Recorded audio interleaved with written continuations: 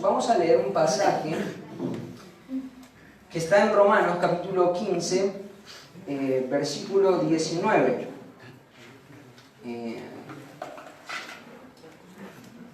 Con potencia de señales y prodigios en el poder del Espíritu de Dios, de manera que desde Jerusalén y por todos los rincones hasta Ilírico, todo lo he llenado del Evangelio de Cristo. Todo lo he llenado con el Evangelio de Cristo. Esto es un pasaje tremendo, tremendo. Pero antes de introducirnos en el contenido que este texto nos está queriendo decir, ¿sí?, yo quiero empezar hablando de un problema, ¿sí? Vamos a pasar la diapositiva, vamos a arrancar por problemas conceptuales en nuestro día. Bueno, ahí vamos a arrancar por el problema del individualismo. Lamentablemente vivimos en una era que se conoce como la era posmoderna, ¿sí? La era posmoderna es la era donde el yo y el sé tú mismo es la filosofía más importante, más promulgada, que más adoctrinamiento se está generando en nuestra sociedad. La tecnología, la filosofía, las escuelas, las instituciones universitarias, todas empujan a la persona en pos de esta corriente. Sé lo que vos quieras hacer, ¿sí? Ahora, esta filosofía atenta contra uno de los tesoros más preciosos que nosotros encontramos en el Nuevo Testamento, que es la eclesiología bíblica.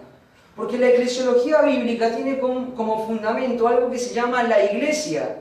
Cuando Pablo en Efesios habla acerca de la iglesia, habla que la iglesia es un organismo de personas, ¿cierto?, que Dios ha puesto, y lo ilustra con la imagen de un cuerpo donde hay miembros y donde cada miembro no tiene la posibilidad de crecer a menos que esté en el cuerpo creciendo, cada uno haciendo su propia actividad. Ahora, esta filosofía del individualismo se ha penetrado dentro de la iglesia como un cáncer. Y cada vez las imágenes de autoridad son menos tenidas en cuenta, las personas cada vez son más independientes, las personas cada vez más quieren hacer las cosas en sus ministerios, en sus propias vidas, de la manera que a ellos les parece. Y esto atenta contra nuestra vida espiritual, atenta contra las dinámicas de la iglesia, y es una gran amenaza y es un problema muy grande. Para poder tener una filosofía de misiones, quiero decirte una cosa: tienen que estudiar eclesiología. Y la eclesiología tiene como base la iglesia, y la iglesia no es un organismo para personas que quieran manejarse individualmente, no, necesitan trabajar en actividad propia, unidos entre sí por las coyunturas, ¿cierto? El individualismo es un problema muy grande y es un problema que afecta a la obra de las misiones. ¿Por qué? Porque deja de lado, relega lo que es la iglesia. Entonces el problema del individualismo es algo que debemos tener presente y que debemos conocerlo muy bien, porque es una amenaza que está afectando a la iglesia hoy día. Después está el problema de la desconexión entre la teología y la vida cotidiana de la iglesia. Como les mencioné, el Señor por su gracia me ha permitido trabajar estos últimos 3 años en una escuela de formación para hombres que entienden que Dios les ha llamado al ministerio. Y ha sido incontable las veces cuando llegan los chicos ahí al CCP, a la escuela de pastores, han sido incontables las veces que los chicos dicen: no, yo no quiero aprender teología, yo lo que quiero que me enseñen es a cómo cuidar de la gente, cómo hacer las actividades del ministerio, cómo liderar una iglesia, eso es lo que yo quiero. La teología no tiene ningún valor, yo no quiero tener una cabeza así y no saber hacer absolutamente nada. Ahora, cuando nosotros recibimos a los jóvenes, una de las cosas que primero vamos a hacer énfasis es en esto: la teología conduce la conducta de la iglesia, conduce la vida de la persona, conduce la vida del cristiano. Sin teología no hay criterios, y sin criterios no se puede vivir la vida espiritual. Sin criterios teológicos no puede haber fundamento para poder tener una filosofía de misiones. Necesitamos volver a la teología bíblica. No a la teología que viene como resultado de la filosofía y de las vanas palabrerías. Estoy hablando de la teología que proviene de las Escrituras, del estudio objetivo de las Escrituras. La Biblia no es un libro de verdades relativas, no es un libro de opiniones, no es un libro de relatos o de moralejas. Es el mensaje de Dios, diseñado por Dios por miles de años, usando muchos hombres en diferentes épocas, de diferentes momentos, para comunicar una sola verdad. Y nuestro trabajo como iglesia es escuchar la voz de Dios a través de las Escrituras. No la vas a encontrar en ningún otro lado. Dios ha decidido en este tiempo hablarnos por medio de la revelación de su Hijo en las Escrituras. No lo vas a encontrar en otro lugar. Y debemos procurar ardientemente ser fieles a los textos bíblicos, ser fieles a la enseñanza bíblica, y siendo fieles a esto, poder construir criterios que impulsen y movilicen un ministerio de misiones.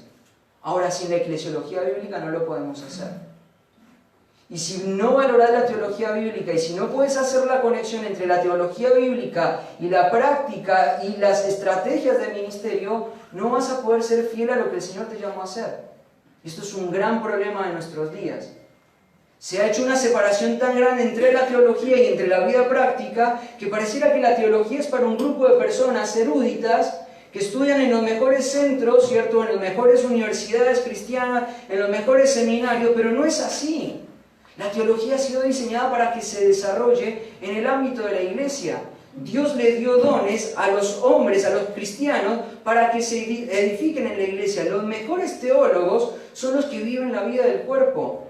Pero la teología tiene un valor muy grande, no puede ser desaprovechada, no puede ser menospreciada, debe estar presente y debe dirigir cada filosofía de ministerio que atraviesa la iglesia local. La confusión de las grandes empresas cristianas. Acá quiero tocar un tema y quiero ser delicado con esto. Yo aprecio mucho muchas instituciones que no son la iglesia, muchas instituciones que son cristianas, que trabajan con misiones, pero debemos ser realistas. Cuando nosotros pensamos en las misiones, pensamos en la iglesia local, ¿cierto? Pensamos muchas veces que los grandes problemas de la obra misionera es que no tenemos recursos, es que no hay personas que se dispongan a ir a la obra misionera, es que no sabemos cómo hacerlo.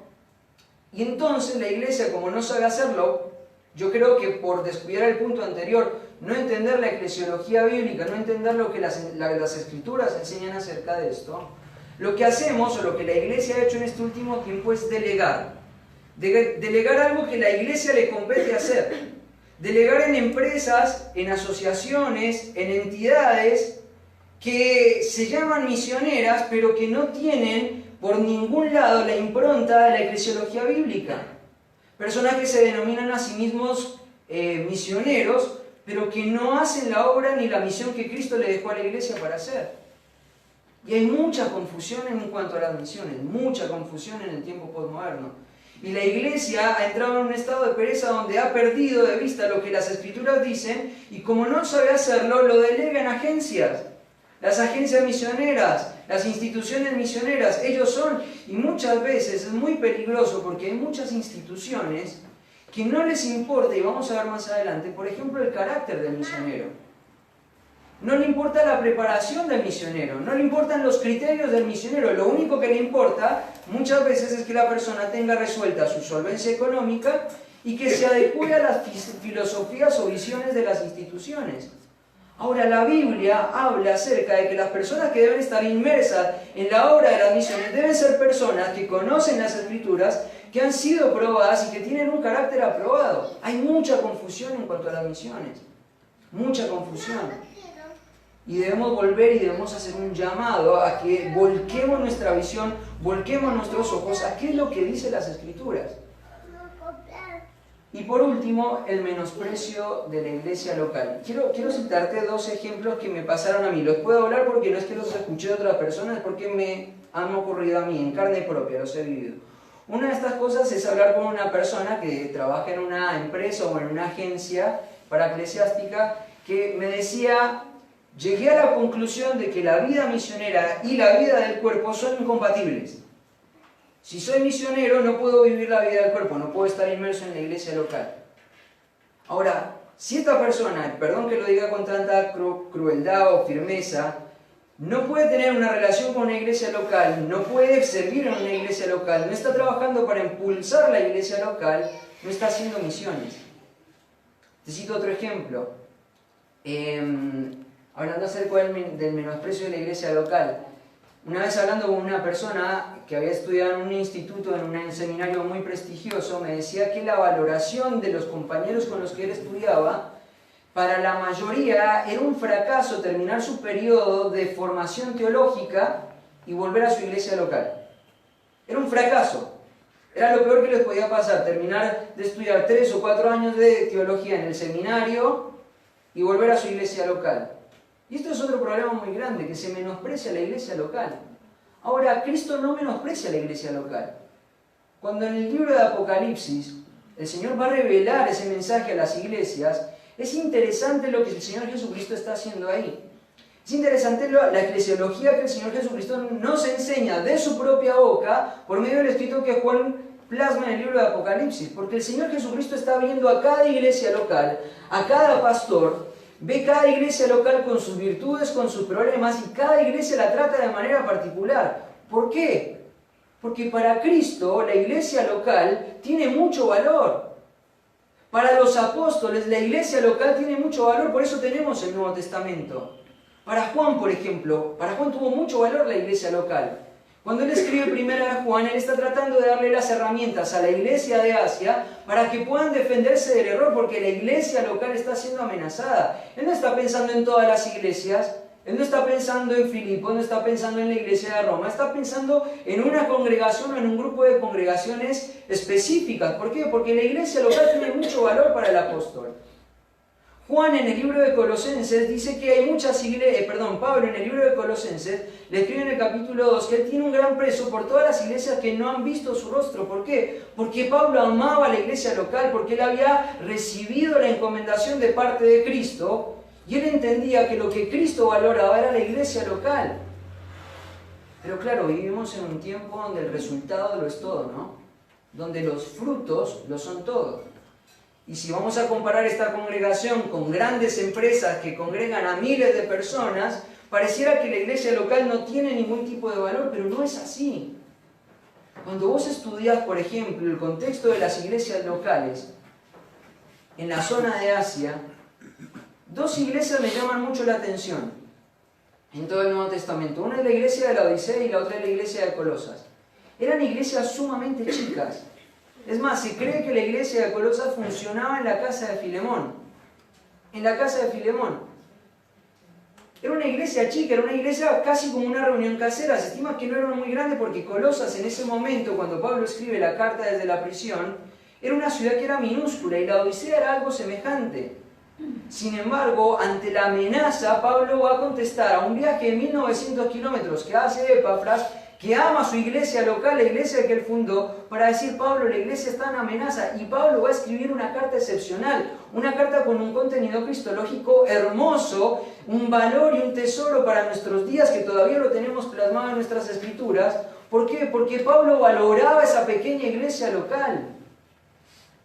Cristo le habla a la iglesia de la Odisea, que estaba en un estado terrible. Les va a decir: si ustedes no se arrepienten, les voy a vomitar de mi boca. Ahora el Señor decidió que esas palabras estuvieran plasmadas ahí y decidió hacer la exhortación a la iglesia y decidió mandar esto a la iglesia. ¿Por qué? Porque Cristo ama la iglesia local.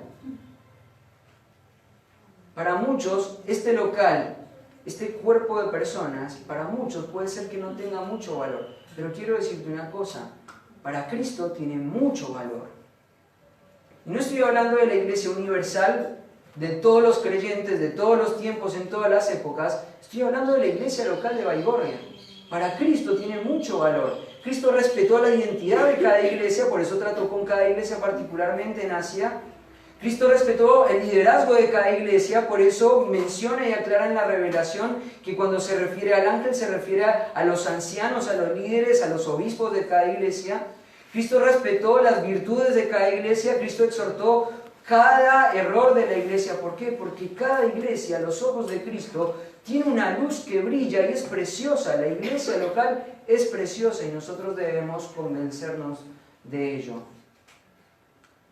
Pero estos son problemas que tenemos que empezar por ahí. Tenemos que empezar, si esta es la primera conferencia de misiones y si esto lo que están haciendo es algo nuevo para la iglesia, debemos tener claro cómo debe ser una filosofía de misiones y tenemos que empezar por algo que es el problema. Tenemos este problema, tenemos estos niveles de confusión que nos rodean. No digo que ustedes los tengan, pero es una realidad del mundo evangélico de hoy. Entonces, para poder construir una buena filosofía de misiones, tenemos que ir a las Escrituras. Y tenemos que prestarle atención a un misionero que fue excepcional. Un misionero que tenía una filosofía de misiones clara, una filosofía de misiones basada en lo que el Señor Jesucristo le había enseñado a los discípulos, a lo que él entendía que era la verdad y la dirección en la que él tenía que ir. Y vamos a ir a Romanos capítulo 15. De nuevo, donde partimos. ¿Qué es lo que está pasando acá? En Romanos capítulo 15. ¿Pasamos la diapositiva? La iglesia local elige olvidado de las misiones. Vamos a hablar de algunas cuestiones interesantes. Como ustedes bien saben, el libro de Romanos es un libro donde Pablo intencionalmente lo que ha hecho es escribir y desglosar todo lo que él entiende que es el Evangelio. ¿Sí? Pablo no había ido a Roma en ese momento. Pablo quiere comunicar y quiere tener un don para con la iglesia de Roma. ¿Sí? Por esa razón escribe esta carta y empieza hablando acerca de la condición del hombre, empieza hablando acerca de la necesidad de la justificación, posteriormente va a avanzar sobre este tema de la justificación, los resultados del Evangelio, y ya para este punto Pablo se ha convertido en una persona sumamente práctica, va a hablar de las implicancias del Evangelio y va a explicar acá al final de la carta qué es lo que Pablo va a hacer con eso que él tiene en sus manos, que es un tesoro precioso, el Evangelio. ¿Qué hay que hacer con el Evangelio? Bueno, Pablo va a decir una cosa, acá hay una filosofía de misiones clara, dice, con potencia de señales y de prodigios en el poder del Espíritu de Dios, de manera que desde Jerusalén y por los alrededores hasta Ilírico, todo lo he llenado con el Evangelio. La iglesia local es el objetivo de las misiones. Quiero contarte un poquito, a mí me apasiona el libro de Hechos, a mí la historia me encanta. Cuando lo venía hinchando a Lucas, que el año que viene quiere estudiar, y le dije, si vos no te memorizás la estructura del libro de Hechos, voy a asegurarme de que no apruebes ninguna materia, le dije. A otro paréntesis, cuando vienen los chicos a estudiar al CCP, una de las cosas que hacemos es decir, vamos a tratar de desanimarles para que no sean pastores, porque hay un gran alto precio que pagar, es muy difícil la obra, y si no estás convencido de hacerlo, mejor que no lo hagas. Entonces veníamos todo el camino con Lucas ahí, motivándolo a que estudie las Escrituras, a que se memorice el libro de Hechos. Creo que tiene mucho valor. ¿Qué es lo que está pasando? Pablo se convierte en el capítulo 9 del libro de Hechos, ¿cierto? La iglesia está siendo perseguida de manera tremenda. La primera iglesia, que es la iglesia de Jerusalén, donde se formó el primer testimonio, que nosotros tenemos registro histórico, la iglesia empieza a ser perseguida y se empiezan a diseminar los cristianos por todo el mundo conocido, ¿cierto? Al norte de Jerusalén había una ciudad que se llamaba Antioquía, y ahí en Antioquía, como resultado de la persecución, se fundó una iglesia, la iglesia de Antioquía. Entonces la iglesia de Jerusalén lo va a mandar a Bernabé, y Bernabé después lo va a ir a buscar a Pablo, y se van a quedar por un tiempo haciendo ministerio en la iglesia local de Antioquía, y van a hacer ministerio ahí. Y en un momento el Espíritu Santo dice, bueno, voy a apartar a 2 hombres, necesito que los aparten para la obra del ministerio. Es interesante las expresiones del Espíritu Santo. 2 hombres para la obra del ministerio. ¿Qué es el ministerio? Bueno, Pablo y Bernabé son reconocidos, son apartados, y van a empezar una serie de viajes misioneros muy interesantes. Pablo se va con Bernabé, agarran a un joven que se llama Juan Marcos también con ellos, y se van a una isla, van a ir a Chipre. Van a empezar el Evangelio, a predicar el Evangelio por todas estas regiones, y después van a ir a una ciudad que se llama, si no estoy mal, Derbe, después van a ir a Listra, y después van a ir a una ciudad que se llama Iconio. Y ahí, en ese círculo, en esa área, es donde van a hacer su primer viaje misionero. Ahí está Pablo haciendo su viaje misionero. ¿Qué hizo Pablo en este momento? ¿Qué hizo Pablo? ¿Qué es lo que Pablo entendió de parte del Espíritu que era lo que él tenía que hacer? Algo muy interesante que me llamó acerca de ese cartel es movilizando a la iglesia. Bueno, lo que Pablo estaba sufriendo era precisamente eso. Estaba siendo movilizado por el Espíritu Santo en acción de la iglesia, siendo encomendado a hacer la obra del ministerio. Esto es muy abstracto, no tiene mucha forma. ¿Qué es lo que hizo Pablo? Fundó iglesias. Fundó iglesias. Pablo entendía desde muy temprano momento que él tenía que empezar a fundar iglesia, predicaba el Evangelio, los que se convertían, ¿cierto?, eran agregados a una iglesia o eran sumados a una iglesia, empezaba una congregación y eso fue haciendo por las ciudades, de manera tal que cuando él terminó en Listra, volvió y pegó la vuelta para confirmar los ánimos y establecer ancianos en la iglesia. Esto es muy interesante porque esto ocurre en una edad muy temprana. Y es interesante además la claridad con la que Pablo está haciendo el ministerio, la claridad de lo que él entendía que era el ministerio. Entonces Pablo fue haciendo esto. No fue fácil, recuerden que en la ciudad de Listra, y esto lo voy a recalcar porque lo vamos a usar más adelante, Pablo está predicando el Evangelio, las personas están empezando a convertirse, los judíos se sientan celosos, ¿y qué le pasa a Pablo en Listra? ¿Alguien se acuerda? ¿Cómo? Fue apedreado. Pablo fue apedreado. A un punto tal que la gente dejó de apedrearlo porque pensó que estaba muerto. Y se fueron y Pablo se levantó en medio de las piedras, entró a la ciudad, siguió predicando el Evangelio y una iglesia fue fundada. ¿Cómo sabes eso, Felipe? ¿Cómo sabes que una iglesia fue fundada? Pablo volvió a la iglesia de Antioquía. Volvió a su iglesia local, a rendir cuenta de lo que él había hecho, a contarle a los hermanos cómo el Señor se había movido en medio del mundo gentil. Ahora, en medio de todo esto, empieza una gran discusión. ¿Qué hacemos con los gentiles? ¿Se tienen que circuncidar o no? Y ahí está el concilio de Jerusalén. Y en el capítulo 16, sé que hay una iglesia local, porque en el capítulo 16 de Hechos,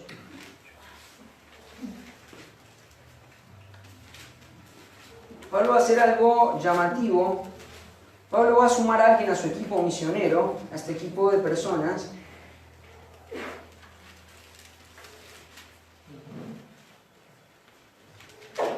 Evidentemente en el capítulo 2, cuando Pablo lo suma a Timoteo, había un grupo de hermanos que daban buen testimonio de Timoteo. Había una congregación de personas donde ellos evidentemente vivían como una comunidad cristiana y que no solamente eso, tenían la capacidad de poder reconocer a alguien. Y es interesante de que Lucas lo plasme acá, porque Lucas no va a poner algo fuera del orden que debería tener. Claro, Pablo va a escribir después primera de Timoteo capítulo 3, ¿no? Y va a decir, si alguien desea ser obispo, si alguien desea ser anciano, buena obra desea, pero se requiere que la persona tenga ciertas calificaciones. Y Timoteo evidentemente las tenía y se va a sumar al equipo misionero y van a empezar el segundo viaje misionero. Ahora, no nos vayamos tan lejos. ¿Qué es lo que está pasando? ¿Qué es lo que Pablo tiene en mente? Yo quiero saber cuáles son los criterios de Pablo. Porque si Pablo es el que reveló los misterios de la iglesia, él debe tener los criterios para saber cómo impulsar una filosofía de misiones. Lo primero que debemos decir es que la iglesia local es el objetivo de las misiones. Lo dijo en Romanos, ¿no? Desde Jerusalén hasta Iconio, todo lo he llenado con el Evangelio. Ahora, ¿cómo hizo Pablo? Yo quiero que Pablo me dé la receta. Yo quiero llenar esa región, porque si vos agarras un mapa, fíjate si podemos avanzar un poquito. Fíjate más adelante, a ver si aparece el mapa. ¿Se puede avanzar en la diapositiva? Ahí está. Uy, no se ve mucho. A mí me encanta la geografía, yo me vuelvo loco viendo mapas. Jerusalén está en este extremo de acá, ¿cierto? Ahí está, muchísimas gracias, lo ven, ¿no? Vieron que ahí está lo que sería Turquía. Ustedes creo que tienen alguno, no, de Turquía no, de Marruecos son, perdón. De Turquía tienen Grecia, tienen Macedonia, y ahí en el extremo de Macedonia es lo que nosotros conocemos o lo que se conoce como Ilírico. Es una región de más de 2000 kilómetros de distancia. A ver, tratemos de entender qué es lo que está pasando. Pablo está diciendo que una región de más de 2000 kilómetros, él la llenó con el Evangelio. Y mira cómo sigue el texto en Romanos capítulo 15. 15, 19. Y de esta manera me esforcé a predicar el Evangelio, no donde Cristo yo hubiese sido nombrado para no edificar sobre fundamento ajeno, sino como está escrito, aquellos a quienes nunca les fue anunciado acerca de él, verán. y los que nunca han oído de él entenderán. Por esta causa me he visto impedido muchas veces de ir a vosotros, pero ahora, no teniendo más campo en estas regiones y deseando desde hace muchos años ir a vosotros, cuando vaya a España iré a vosotros, porque espero veros al pasar y ser encaminado allá por vosotros una vez que haya gozado con vosotros. O sea, Pablo lo que está en su mente, toda esa región, toda esa enorme región, él ya la llenó con el Evangelio. Ahora, ¿por qué afirma esto? La pregunta es ¿por qué afirma esto? Fue que Pablo le predicó a cada persona de todas las ciudades que vivían o que estaban en esa región. Cuando yo leo el libro de Hechos, no puedo pensar eso, porque el tiempo aproximado en el cual Pablo fundó todas esas iglesias que está mencionando acá, fueron 10 años. Predicarle a toda esa gente en un periodo de tiempo de 10 años es imposible. Pablo no le pudo haber predicado a todo el mundo. Entonces, ¿qué fue lo que hizo Pablo? Me parece que Pablo se está llenando la boca con algo que no hizo. No, no es así. Pablo sí lo hizo. Lo que pasa es que debemos entender cuál es la filosofía de misiones que Pablo tiene en la mente. Pablo lo que ha hecho ha sido seleccionar un grupo de lugares específicos para fundar iglesias de manera tal de que esas iglesias, una vez fundadas, una vez establecidas, ya firmadas con liderazgo local, ahora tengan la capacidad de alcanzar esas regiones. Si ustedes ven el mapa, lo que Pablo hizo fue fundar iglesias en la zona de Galacia, que sería el sur de Turquía, fundar una iglesia en la provincia romana de Asia, que sería la mitad occidental de Turquía, en la ciudad de Éfeso, después en Filipos, en Berea, en Tesalónica, en Corinto, en Atenas, en Chipre. Aproximadamente 12 iglesias, eso fue todo lo que hizo Pablo en el lapso de 10 años, fundar aproximadamente 12 iglesias, de manera tal de que Pablo dice, ya todo lo he llenado con el Evangelio y ahora, no teniendo más campo en estas regiones, quiero ir a ustedes, la iglesia de Roma, y que ustedes me apoyen para ir hasta España, o lo que antes se conocía como Tarso, lo cual en ese momento se conocía como el fin del mundo. Pablo tiene en mente de que hay un objetivo. Volvamos a la diapositiva anterior, por favor. La anterior, la iglesia local, el objetivo de las misiones. Cuando Pablo salió a hacer la obra misionera, él tenía un objetivo, tenía que fundar iglesias. Esta es la obra de las misiones. En su filosofía de misiones, alcanzar el mundo con el Evangelio no bastaba solamente con predicar o hacer actividades donde se anunciara el Evangelio, no. Él fue muy intencional. Él hizo la obra de llenar todas estas regiones de una manera, fundando iglesias. Él fundó iglesias de manera que estas iglesias tuviesen la capacidad de alcanzar las regiones. ¿Y esto ocurrió? Las iglesias que él fundó, ¿realmente entendieron esto? Es interesante estudiar un poquito acerca de la historia de la iglesia, porque realmente ocurrió. Cuando el Señor Jesucristo está hablándole a la iglesia de Éfeso, que fue una iglesia donde Pablo estuvo 3 años. Y es interesante porque Pablo, si ustedes mal no recuerdan, en el capítulo 16 fue impedido por el Espíritu Santo para predicar el Evangelio en Asia, ¿se acuerdan? Yo estoy seguro de que Pablo, cuando estaba tratando de predicar el Evangelio en Asia, no estaba en otro lugar que no fuera Éfeso. Su mente, su corazón, su estrategia le indicaba que el lugar para fundar una iglesia era Éfeso. Ahora dice que ahí fue impedido, y después se fue a otra provincia romana y ahí también fue impedido, hasta que vio la visión de un varón macedonio y entendió que tenía que moverse. Y ahí tenemos el registro del primer misionero en el mundo occidental. Ya no está en Asia, en lo que hoy conocemos como el continente asiático, sino en el continente europeo, y empieza un trabajo en Filipos, pero eso después lo vamos a trabajar. Ahora, cuando Pablo termina su segundo viaje misionero, en su tercer viaje misionero, trabajando en la iglesia de Éfeso, él se va. Y posteriormente vamos a ver que Éfeso no es la única iglesia de la provincia de Asia. En Asia va a haber un grupo de iglesias que se cree, o que la única explicación que hay es que Éfeso entendió la comisión que Pablo les había hecho. ¿Y qué hicieron? Se multiplicaron. Es más, muchos creen que la iglesia de Colosas es el resultado del trabajo de fundación de iglesias que la iglesia de Éfeso hizo. Es que Pablo le dejó esta impronta a las iglesias. Hay un objetivo, hay una misión. El plan de Dios para llenar este mundo, para alcanzar este mundo que en el Evangelio, es una herramienta humilde y sencilla, pero muy valiosa a los ojos de Cristo, la iglesia local. La iglesia local. Pablo dice, ya lo llené todo, ya he llenado toda esta región con el Evangelio. Claro, Pablo fundó iglesias suficientes para que estas regiones fueran alcanzadas. Segundo, la iglesia es el canal de alcance para las regiones. Esto está en la mente de Pablo. Tercero, la iglesia local debe, está mal escrito, perdón, debe contar con liderazgo bíblico para su establecimiento. Esto es algo interesante. Vamos a ir al libro de Hechos, de nuevo. Si encuentro la cita.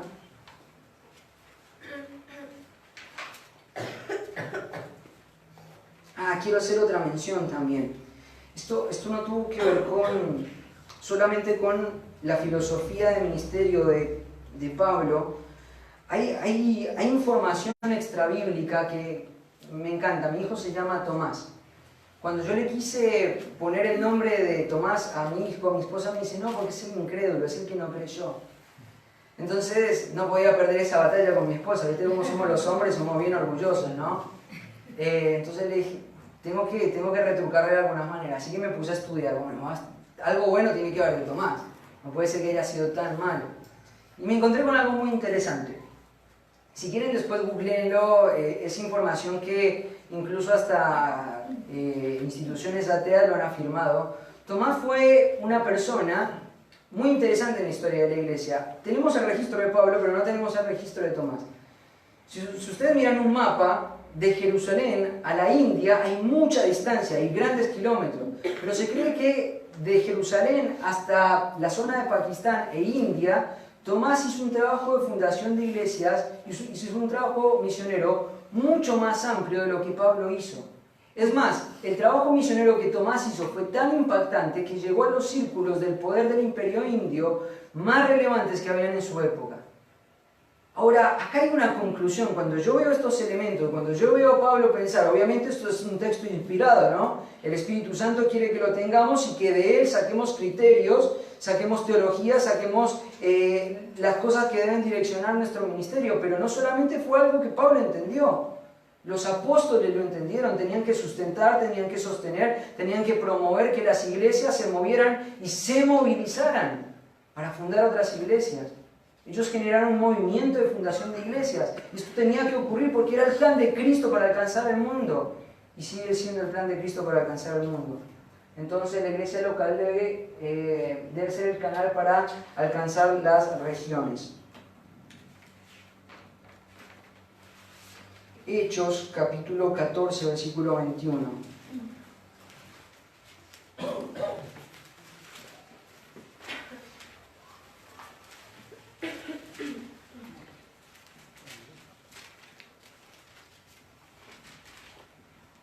Mira lo que dice: y después de anunciar el Evangelio a aquella ciudad y de hacer muchos discípulos, volvieron a Listra. Ahora, quiero hacer un paréntesis ahí. ¿Qué es lo que motivó a Listra? Mirá lo que pasó en el versículo 8. No lo quiero mencionar. Pero versículos anteriores, en Listra, Pablo había sido apedreado, casi hasta la muerte. Ahora Pablo se encuentra motivado para volver. Dice: y después de anunciar el Evangelio en aquella ciudad y hacer muchos discípulos, volvieron a Listra, a Iconio y a Antioquía, confirmando los ánimos de los discípulos, exhortándoles a que permaneciesen en la fe y diciéndoles: es necesario que a través de muchas tribulaciones entremos en el reino de Dios. Y constituyeron ancianos en cada iglesia, y habiendo orado con ayunos, les encomendaron al Señor en quien habían creído. Esto es algo muy interesante, porque Pablo no solamente entiende de que las misiones tienen que tener como eje la iglesia local, sino que además la iglesia local se constituye o se establece con este rasgo. Para Pablo, este elemento es un elemento fundamental. A partir de este elemento, lo que vamos a ver es que la iglesia ha sido constituida.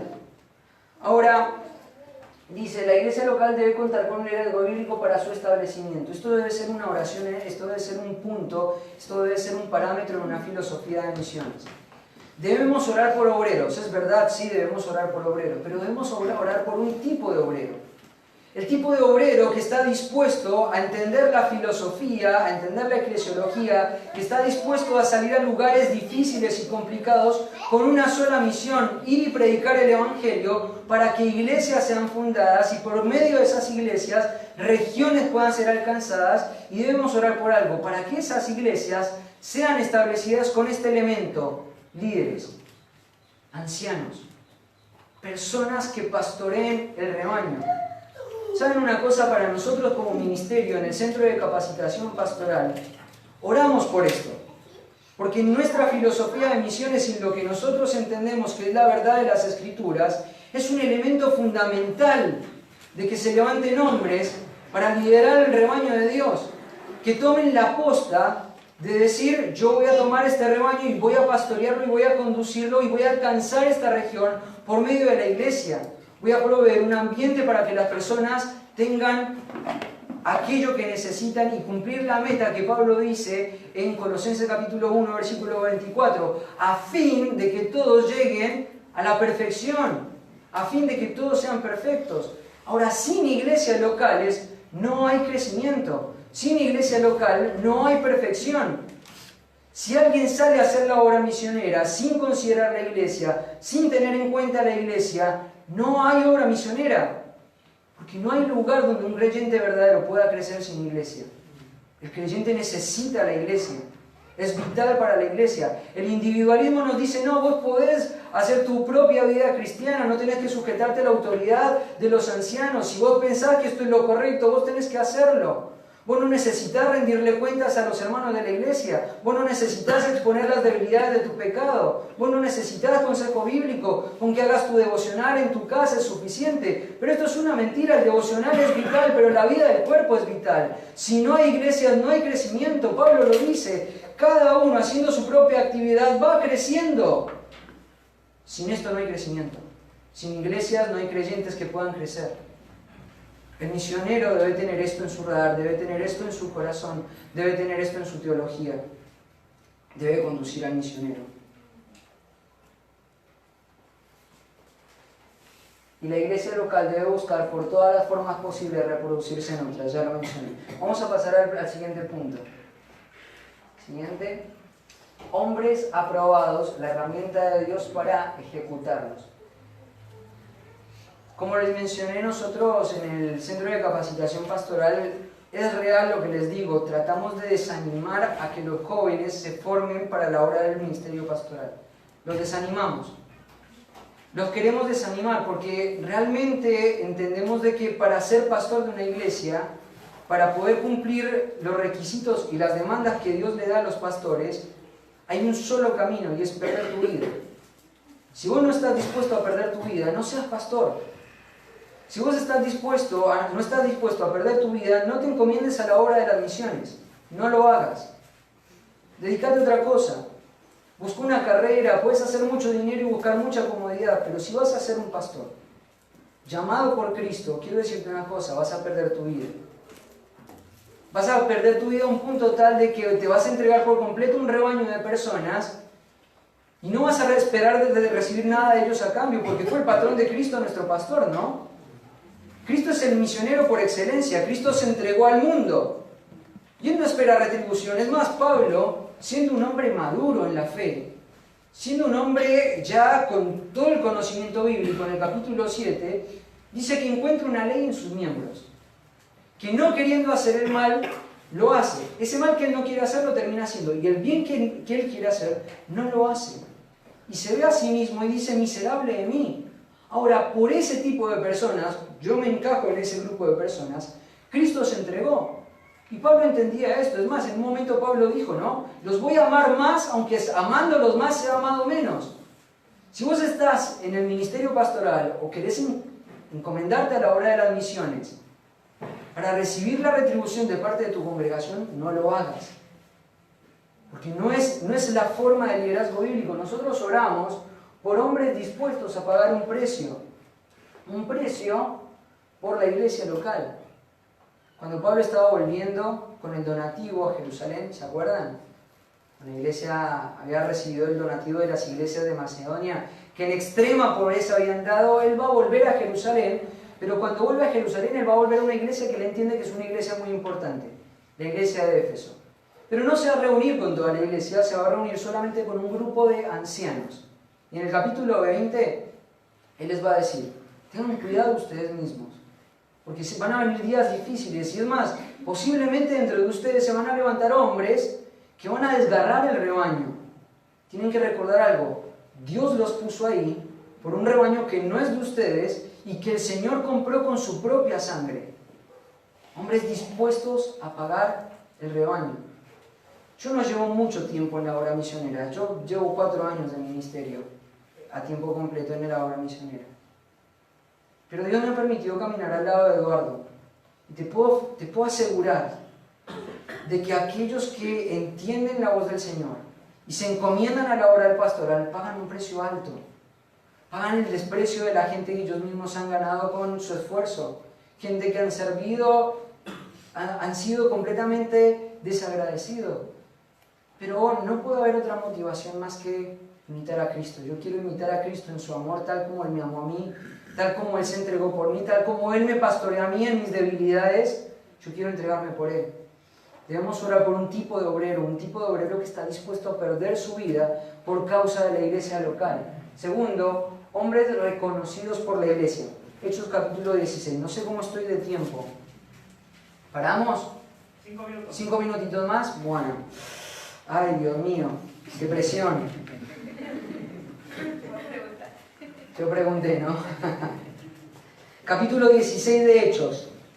Pablo, cuando empieza el segundo viaje misionero, en el capítulo 15, al final del capítulo 15, la intención de Pablo no es extender sus fronteras misioneras. Acuérdense que en el primer viaje misionero, Pablo alcanzó un puñado de región, un puñado de pueblos, de ciudades, y fundó muy poquitas iglesias.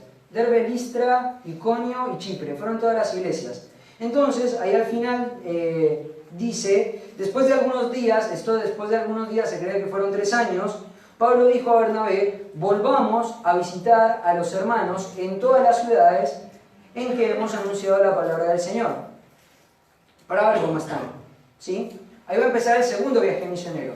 Pablo se quedó sirviendo aproximadamente 3 años en su iglesia local, y ahora con Bernabé van a empezar un segundo proyecto. Vamos a ver cómo están las iglesias. Y este viaje va a tener como primer motivo visitar estas iglesias, ¿sí? No hay el deseo de expandir mucho las fronteras. Finalmente lo van a terminar haciendo, pero no estaba dentro del deseo inicial. Ahora, hay una pelea ahí entre Bernabé y Pablo. Por la información bíblica sabemos que tanto el uno como el otro fueron encomendados. Bernabé fue a Chipre con Juan Marcos, podemos deducir que se dividieron el trabajo. Bernabé fue a ver un grupo de iglesias y Pablo fue a ver otra y fue con Silas. Pero cuando empieza el capítulo 16, dice que después llegó a Derbe y a Listra. Y he aquí, había cierto discípulo llamado Timoteo, hijo de una mujer judía, creyente, pero de padre griego, y daban buen testimonio de él los hermanos que estaban en Listra y en Iconio.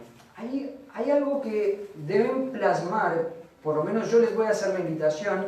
Yo no pertenezco al liderazgo de esta iglesia, el liderazgo toma sus propias decisiones.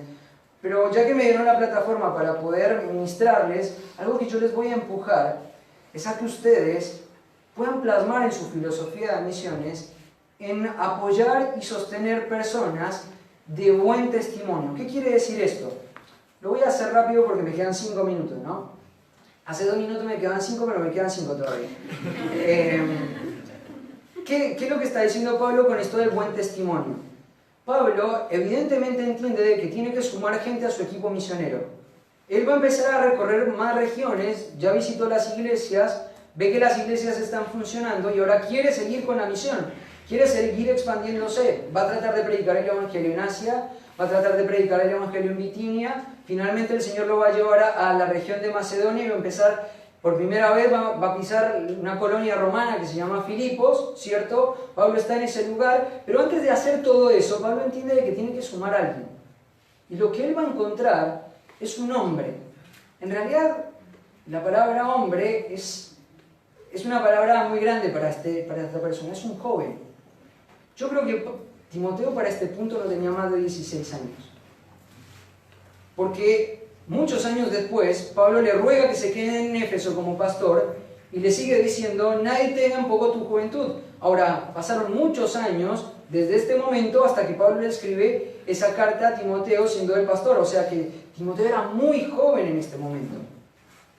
Pero una cosa que me encanta es que Timoteo tiene buen testimonio. Cuando Pablo le escribe a Timoteo, siendo él muchos años después, siendo el pastor de Éfeso, él le va a decir, mira Timoteo, en Éfeso las mujeres en el templo eran las que llevaban a cabo los ritos ceremoniales, ¿sí? Ahora yo te voy a decir una cosa, no permito que la mujer lidere en la iglesia. Por el contrario, si algún hombre desea el obispado, desea el liderazgo, buena obra desea, él marca un contraste, lo que eran las actitudes y las tradiciones religiosas del contexto con el orden bíblico o el orden real de la verdad que ellos debían seguir. El liderazgo es masculino, buena obra desea, el hombre buena obra desea, pero se requiere de que el hombre sea marido de una sola mujer, ¿cierto? Un hombre amable, un hombre decoroso, un hombre que gobierne bien su casa. Se requiere de que este hombre no sea pendenciero, no sea avaro, esta persona no sea un neófito, esta persona tenga una serie de cualidades que definan a esta persona con un carácter aprobado. Finalmente da la lista de los requisitos para los diáconos, que es exactamente la misma, solo que los diáconos no tienen que enseñar, no es necesario que ellos enseñen. Y finalmente da un concepto que para mí es un concepto teológico básico, también sean a prueba. O sea, tanto el anciano como el diácono, para ser diácono, para confirmar ese deseo, debe ser puesto a prueba. ¿Qué estoy diciendo con esto? En una filosofía de misiones, yo creo que una persona o una iglesia debe sostener personas que están seguras de que tienen un carácter aprobado por Dios. Tienen un carácter aprobado por Dios. Empecé con un problema. Muchas instituciones paraeclesiásticas toman personas solamente con el hecho de que abracen la visión de esa institución. Y esto es un gran problema. Es más, creo que es el gran problema de la mayoría de las instituciones paraeclesiásticas. Y finalmente terminan desvirtuándose porque no hay una evaluación real y concreta donde tienen que poner el ojo, donde tienen que evaluar. ¿Qué es lo que tienen que evaluar? El carácter. Fíjate una cosa, Pablo no le está diciendo a Timoteo, si alguien quiere ser pastor, si alguien quiere ser líder, tiene que ganar por lo menos 20 personas en el último año. No. Tiene que saber liderar los programas en la iglesia. No. Tiene que tener buen carisma a la hora de hablar con las personas. No. Tiene que ser una buena persona tratando de hacer estrategia para la iglesia. No. El énfasis está en el carácter. Y la iglesia ha olvidado esto por completo. Lo único que le interesa es que la persona tenga buena oratoria, buena presencia, tenga un buen resultado en su ministerio, sea llamativo el ministerio, sea conmovedor su ministerio, pero su carácter nunca lo evaluamos. Y muchas veces son personas soberbias, son personas que en su ministerio se manejan de manera independiente, no viven la vida del cuerpo, no rinden bien con sus familias, no gobiernan bien sus familias, tienen luchas en lo interno, con lo moral. No sabemos y la iglesia no entiende ni sabe cómo es el carácter de esta persona. Y aún así le sostenemos, no debemos permitir esto. Las personas que deben estar en el ministerio sirviendo como misioneros o como líderes deben ser personas con un carácter aprobado. Deben ser personas que han sido puestas a prueba. Timoteo tenía buen testimonio de los hermanos. Este criterio, por ahí Lucas lo resume, pero para mí Pablo tenía claro el concepto porque después se lo aclara de manera explícita a Timoteo. Debe ser una persona con un carácter. Y debemos orar personas con ese carácter. Y finalmente deben ser probados por la iglesia local. Bueno, esto ya lo mencioné, debe ser puesto a prueba. Nosotros lo vivimos en nuestra iglesia. Estamos en el proceso de encomendar a nuestro segundo misionero. Y te puedo asegurar una cosa, la próxima vez que alguien quiera ser misionero de nuestra iglesia, lo va a pensar muy bien, porque se prueba el carácter, se pone un énfasis, casi que se le pone en una habitación oscura a la esposa con una lámpara en la cara y le preguntamos, ¿es un buen marido? Pero es necesario ponerlo a prueba. Es necesario que tenga testimonio dentro de la iglesia. Es necesario saber cuál es su carácter. Se me acabaron los 5 minutos, tenía otro punto. Pero creo que estos elementos son muy valiosos para considerar a la hora de pensar en la labor misionera. ¿Cómo vamos a hacer las misiones? ¿Saben una cosa? Si ustedes son una iglesia local establecida por Cristo, les voy a dar dos cosas. Si son una iglesia local establecida por Cristo, tienen la capacidad de reproducirse. De esto no hay duda. Cada iglesia, como nosotros los hombres tenemos la capacidad de reproducirnos, cada iglesia local tiene la capacidad de reproducirse. La iglesia local es el objetivo, es el medio, es el canal, es el todo en las misiones. Sin iglesia local no hay misiones. Segundo, oremos por obreros aprobados, con caracteres, que hayan sido probados de buen testimonio, sostengámoslos. Si los encontramos, si entienden que tienen la claridad, tienen el carácter, sostengámoslos. Incluso si eso implica quedarnos pobres como iglesia, sostengamos a esos hombres de Dios. Amén. Ahí después vamos a seguir en la siguiente plenaria. Muchas gracias por su atención y que el Señor se glorifique con la exposición de su palabra.